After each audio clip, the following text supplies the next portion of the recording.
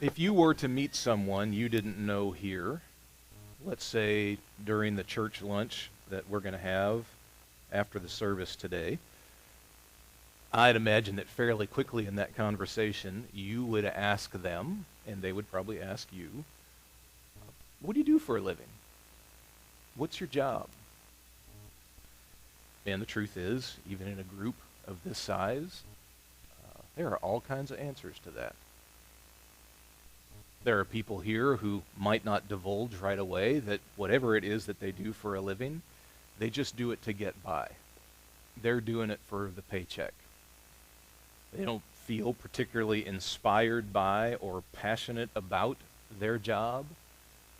They're just happy to pay the rent at the end of the month.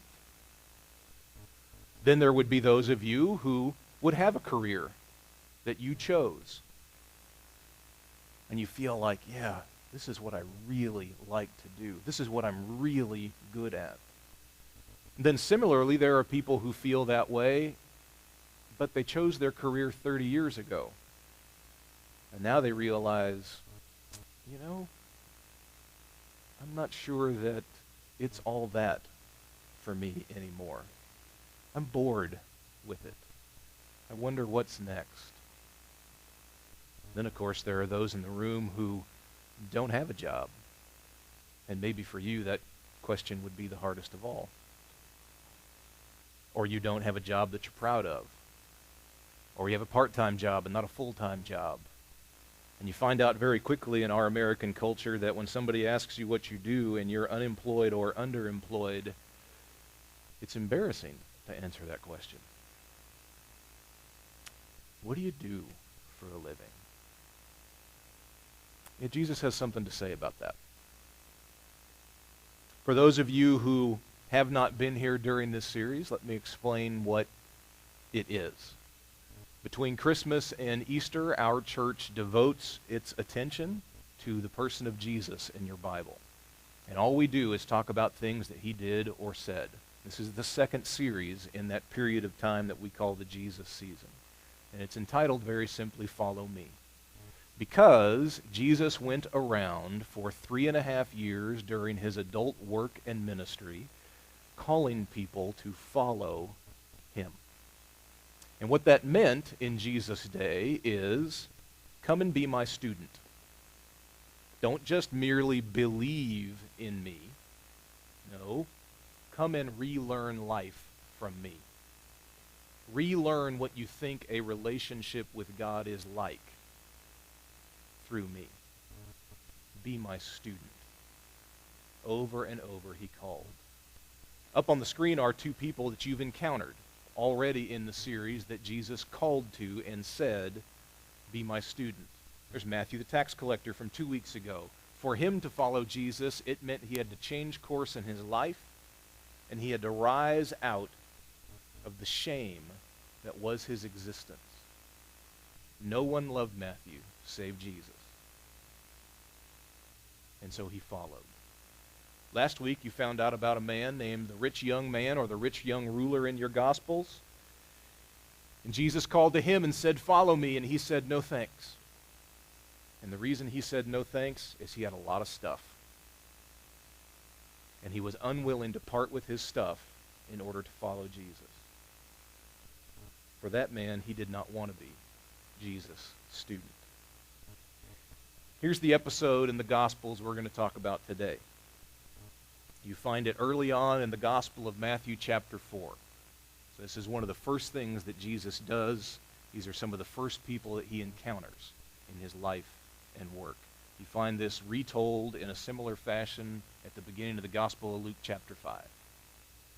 As Jesus walked along the shore of the Sea of Galilee, stop there. Galilee is one of two Jewish provinces in the time of Jesus, the time of the Roman Empire. Galilee is the northernmost of the two. Judea is where Jerusalem is, and it's down south. Galilee is where Jesus is from. So he's basically returned home. He will do most of his work, in fact, in his home province of Galilee. In the middle of the province of Galilee is something called the Sea of Galilee. It's not a sea, it's a lake. It's a freshwater lake. much smaller than the lakes you know around here, Lake Michigan, etc. You can see pretty much across the Sea of Galilee at every point. There's really only one direction you can look where you cannot see the other side. But it's deep and teeming with all kinds of fish. So much of the province of Galilee was built around this smaller, deep lake. And so Jesus walks along the shore of the Sea of Galilee, and he sees two brothers, Simon, who is called Peter, and Andrew, his brother. And they were casting a net into the sea, for they were fishermen. This happened in the morning. The reason we know this happened in the morning is people in Jesus' day who were fishermen fished at night. They would be out on the Sea of Galilee in their boats using nets, hooks, etc. to catch fish. In the morning they would come in, they would inspect their catch, they would wash their nets, they would mend their nets, etc. This boat, this net, was very likely very near to shore, if not on the shore itself. The episode told in Luke chapter 5 helps us fill in some of those details. And these two guys, Peter and Andrew, are professional fishermen. This is what they do for their job. They are not out there sport fishing. This is how they provide for their families. In fact, we know that Peter had a family. We know from other passages in your Bible that Peter was married. We do not know if he had kids or not. This is how they put food on the table. And Jesus said to these two professional fishermen, "Follow me, and I will make you fishers of people," or men. Immediately, they left their nets and followed Jesus. As Jesus went down the shore from there just a little bit, he saw two other brothers, James and his brother John, who we know from the Luke chapter 5 passage were business partners with Peter and Andrew. And they were in the boat with their father, Zebedee. That will be an important detail to keep in mind. We'll get to it in a while. And they were mending their nets after that night of fishing.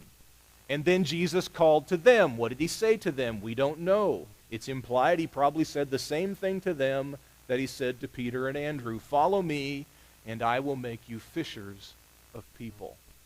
And then again, you have a repeated word in the passage.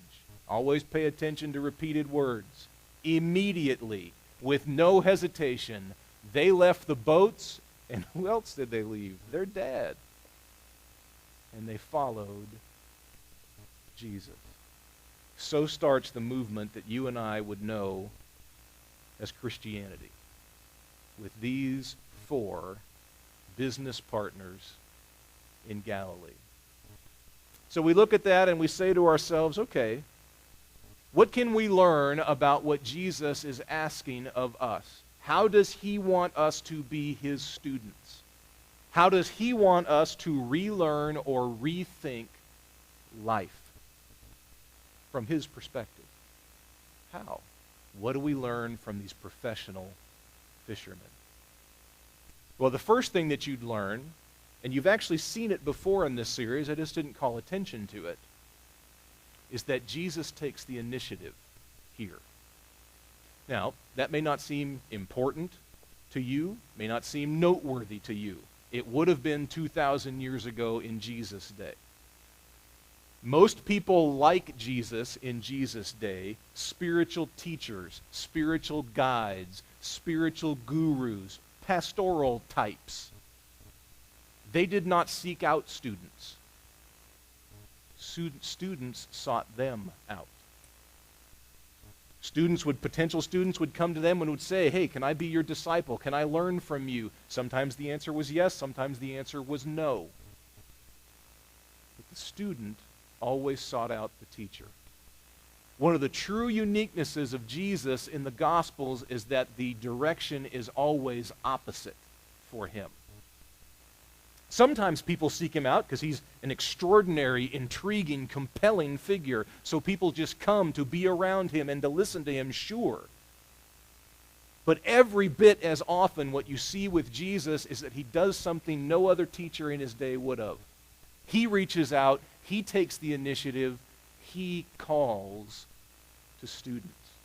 So one of the things we know from Matthew chapter 4 is that when Jesus called out to these men, Peter, Andrew, James, and John, they were surprised when he did it. Because they'd never met a teacher before in their life who would have stepped out and reached out to them and made the offer without them ever saying a word in advance of it.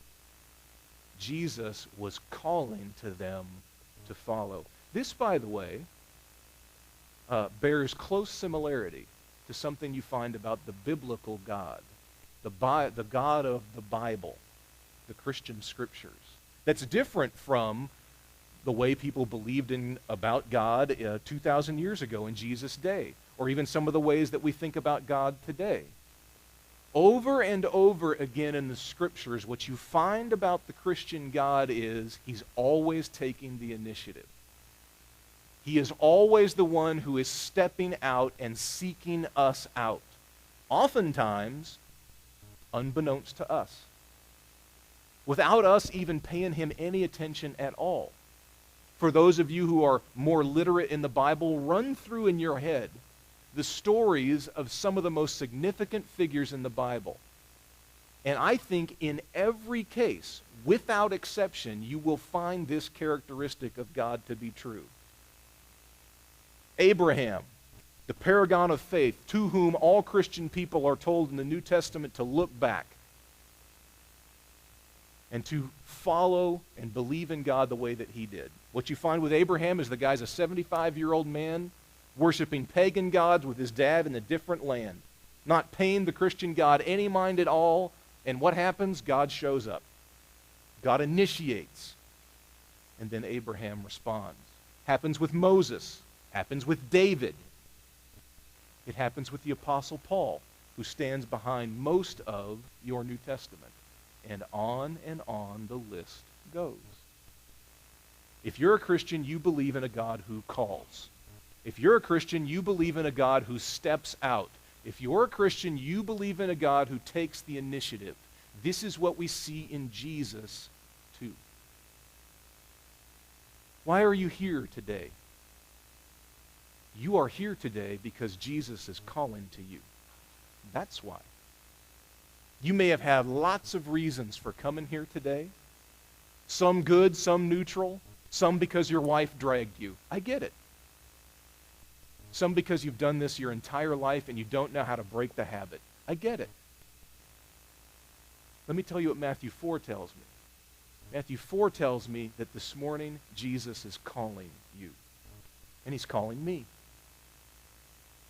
And rightly understood, we see that we are here to heed the call of Jesus. That he is saying to every single life here this morning and in every other church around the globe this morning, be my students. Follow me. And now it is up to us to decide whether or not we will heed that call. And I'd like to believe that all of us here this morning, in some way, shape, or form, maybe even in some small way, have something going on inside of us where we want to respond the way that Peter, Andrew, James, and John did, which was immediately. They didn't have to think about it. They just did. Because there is something about the call of Jesus that speaks to who we want to be as human beings, what we long to be as human beings, what we want to see in our world, what we want to see in our own lives, what we want to achieve for the sake of other people. There is something about Jesus that ignites the human soul. And Jesus is calling this morning for you and I to be his students. How will we respond? Now, for these men to respond to Jesus and follow him, they had to get over a few things. We read that passage and we can admire how quickly they said, absolutely, I'm down with this. I'm going to follow Jesus. But it was not that easy when you think about it. For Peter, Andrew, James, and John, this was their life. This is all that they thought they would be. We know for James and John, this was their profession handed down from their dad, Zebedee. This was their dad's legacy. He gave the family business to his sons, who then extended partnership in that business to Peter and Andrew. This was their life. This was their livelihood. This is all they thought they were cracked up to be. And then this irksome Jesus wanders by and says, "Follow me." And we have an abrupt change of course for these men. I am particularly admiring of James and John in this passage. There they sit with their father Zebedee in the boat that they purchased with their own money. There they sit in the boat with their father Zebedee, trustees of the business that he built with his own hands. There they are with their father, who has the expectation of them that they will pass this business on to their children. And their children will pass it on to their children. And it will be their family legacy. And there in that moment, James and John hear Jesus calling, saying, "Follow me." And they had to get past, they had to get over all of that. Please notice, they left Dad in the boat. There is not a disciple Zebedee. There's a disciple James and John you encounter in the Gospels. Not a disciple Zebedee. Dad stayed. Dad kept the family business afloat. Dad was very disappointed that day with his sons. Let me assure you of that. My point to you is simply this. For all of us, every single one of us to whom Jesus is calling, "Follow me and be my student," you have things you're going to have to get over. You have things you're going to have to release. You're going to have to take great risk. You may have to disappoint some people in order to reconstrue your life as a disciple of Jesus. You may have to change some things about who you are that you know other people aren't going to like. You may have to let down mom and dad, your wife, a friend. Yeah, sometimes that's the cost. And yet, there is something about learning from Jesus, walking with him, following in his footsteps, that's worth it. That those four men said, "We will respond immediately and do this. Whatever the cost, it is not so high that we will not respond yes." I wonder what stands in your way of following Jesus today. What experience in the past? What person in the past who influenced you poorly or modeled Christianity badly? What do you have to get over to respond like these four fishermen did? And of course, at the heart of this passage, what you find is that Jesus very boldly is telling these four men that they are in for a career change, a job change, a vocational change. I laid out for you what their plan for their life would have been. These are blue-collar workers who would have been given this vocation from their family. This is how they provided for their family. This would have been their legacy to their children. This was the height of their expectations and aspirations for themselves. They got up every morning. They may not have loved being on the Sea of Galilee every day, hunting for a few hundred fish to sell. But they knew it's how they would take care of themselves and those they loved. When they woke up this morning in Matthew chapter 4, that's what they expected of themselves. Nothing more. Nothing higher. And Jesus says, wow, you need to come and follow me because I need to reteach you life. Because what you need to realize is your job, it's not your job. Your career, it's not your career. Your vocation, is not what you do for a living. I've got something so much better in mind for you. You need to come and follow me, and I will make you fishers of men. I will make you fishers of people. And there is something in that offer that's so called to them, they immediately dropped everything to be with Jesus and learn what he meant. According to Jesus, you are more than your job. According to Jesus, you are more than what you do for a living. According to Jesus, you are more than the college degree you have gotten or are getting so you can get that job down the road. Your identity is not your job, according to Jesus. In fact, every single person in the room today who considers themselves a Christian has the same job, and it is to do what Jesus is calling those men to do in Matthew chapter 4. Be you a teacher, a waitress, a financial advisor, a plumber, a counselor, a computer tech. No. Your job is to be a fisher of men. And that's the single highest priority in your life, according to Jesus.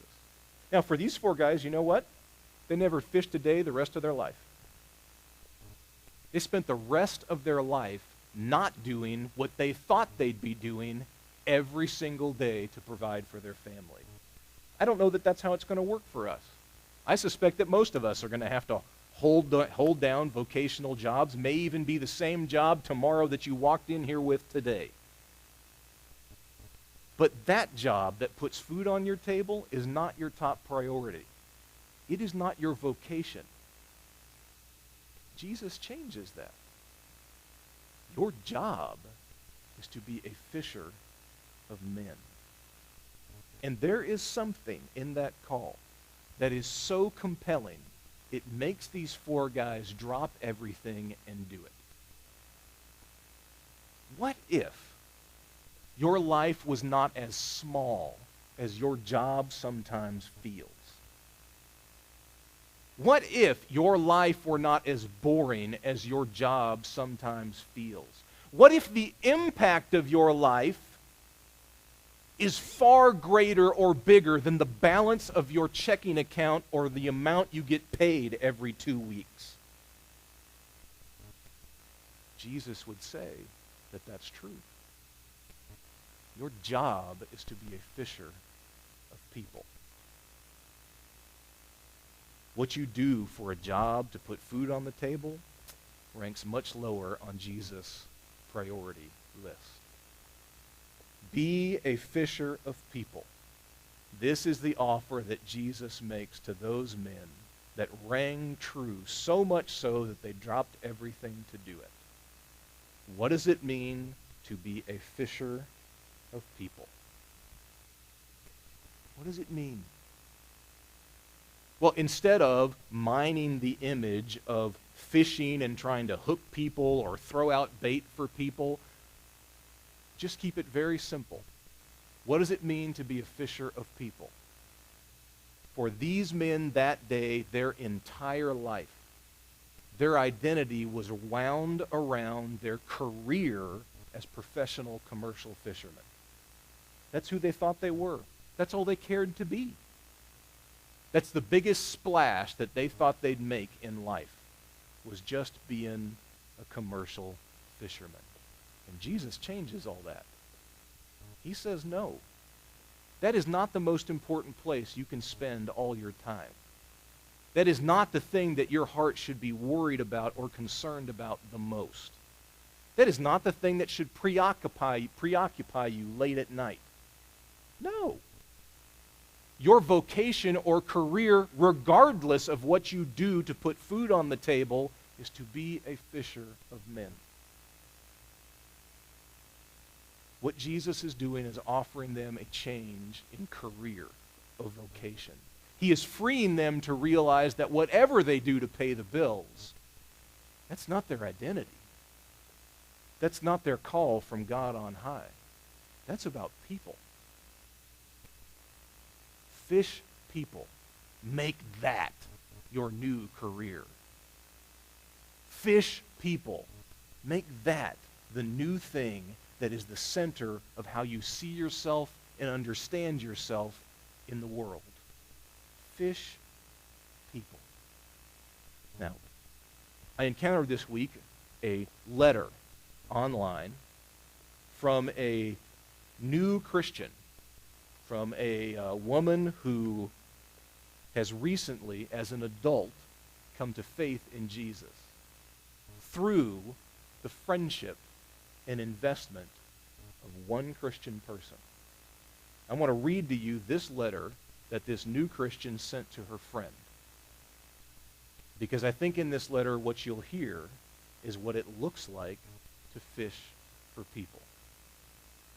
This new adult Christian woman writes to her friend who invested in her long and hard over the span of months and years, quote, "You know, when we met, I began to discover a new vulnerability, a warmth, and a lack of pretense that impressed me about you. I saw in you a thriving spirit, no signs of internal stagnation anywhere. I could tell you were a growing person, and I liked that. I saw you had a strong self-image, not based on the fluff of self-help books, but on something a whole lot deeper. I saw that you lived by conviction and priorities and not just by convenience, selfish pleasure, or financial gain. And I had never met anybody else like that before. I felt a depth of love and concern as you listened to me and did not judge me. You tried to understand me, you sympathized with me, and you celebrated with me. You demonstrated kindness and generosity, not just to me, but to other people too. And you stood for something. You are willing to go against the grain of society and follow what you believe to be true, no matter what people said and no matter how much it cost you. And for those reasons and a host of others, I found myself really wanting what you had. Now I've become a Christian, and I've found Jesus too. And I wanted to write to tell you I am grateful beyond words for how you lived out your Christian life in front of me. I think that's what it looks like to fish for people. Great African-American pastor of the 20th century, E.V. Hill, always told his congregation in Los Angeles, your single greatest privilege in life is to introduce people to Jesus.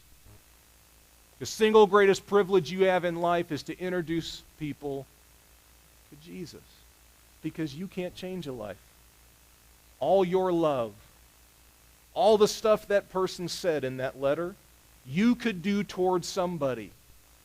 But if you don't introduce them to the life-changing message and person of Jesus, it's all for naught. And Peter, Andrew, James, and John leapt at the chance that day so long ago to live a life that impacted people the way you heard in that letter. They so quickly gave up a life that was centered on job, just getting by, the same old routine, for the great adventure of joining God at work in the great spiritual harvest around us. This morning, what have you heard about being a student of Jesus? It's very simple, really. Jesus is calling you today. He is not waiting on you to tell him you're ready. He is not waiting on you to find him. Just like for those 4 men, he is calling to every single person in the room, including me. And he is saying, follow me. Become my student. And specifically today, here's what he means. I've got a trade in mind for you. You thought your life was all about what you do 9 to 5, Monday to Friday. You thought your life was about your next promotion. You thought your life was about changing career paths in midstream. I've got something better in mind for you.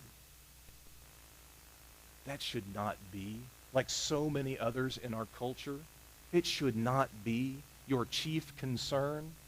It should not be the thing that hangs on to your heart. It should not be the thing that occupies your mind day in and day out. No. If you're a follower of Jesus, you fish for people. And you count it your greatest privilege to invest in people the way you heard in that letter. This is what Jesus is calling you to do today. What will you do? Would you take a minute here at the end of the message and just pause and give God some space in the quiet to hear from you? You can talk to him, or you can just be quiet and allow him to direct your thoughts. Up on the screen are 3 bullet point summaries of what we covered today. Allow God to call you to follow Jesus in the way that we talked about today. Do that in the quiet, and then after a moment or two, I will pray for us all.